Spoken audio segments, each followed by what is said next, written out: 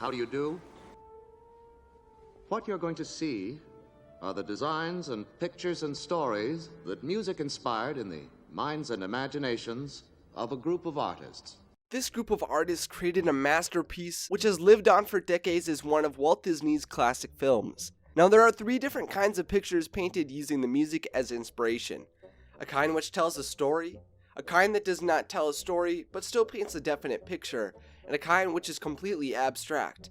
Of course, when these artists created this film, they did not intentionally create a unifying story, but I would argue if we look close enough, we can compile these seemingly random motion pictures into a fabricated tale.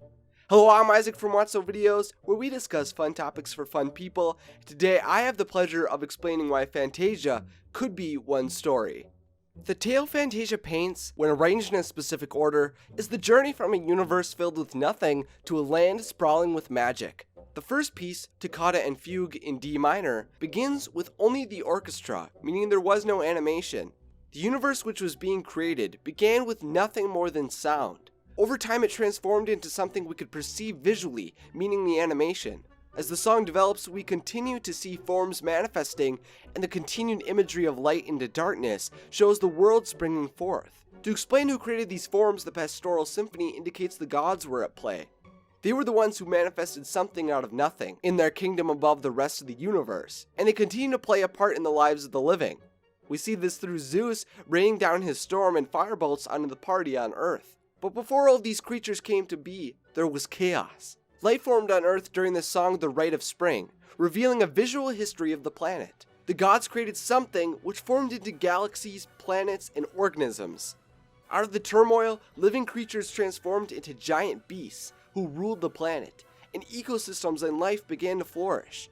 The reign of the dinosaurs was not endless though. They continued to thrive until giant storms and natural disasters wiped the planet's life almost all away, leaving a world to be reborn. This is when magic truly begins to take a stance in the Disney version of the universe.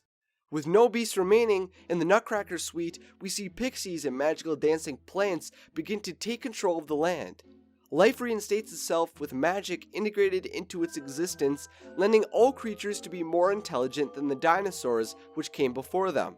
As life begins to get larger once again, we see in the Pastoral Symphony that mythological creatures like centaurs and unicorns roam the world. Regardless of whether the Nutcracker or Pastoral Symphony came first, at this point what we consider fairy tale beings were prevalent in this reality. Then these magical creatures transform or evolve into animals we recognize from our own experiences. Hippos, alligators, and ostriches are all alive, happy, and dancing in the Dance of the Hours. We can tell this should come sometime after the story in Pastoral Symphony by the architecture surrounding the characters. In Pastoral Symphony, the columns on the structure are Doric order, seen through their absence of a base and a simple capital, and in Dance of the Hours, the columns possess volutes and a base, indicating this is an Ionic order.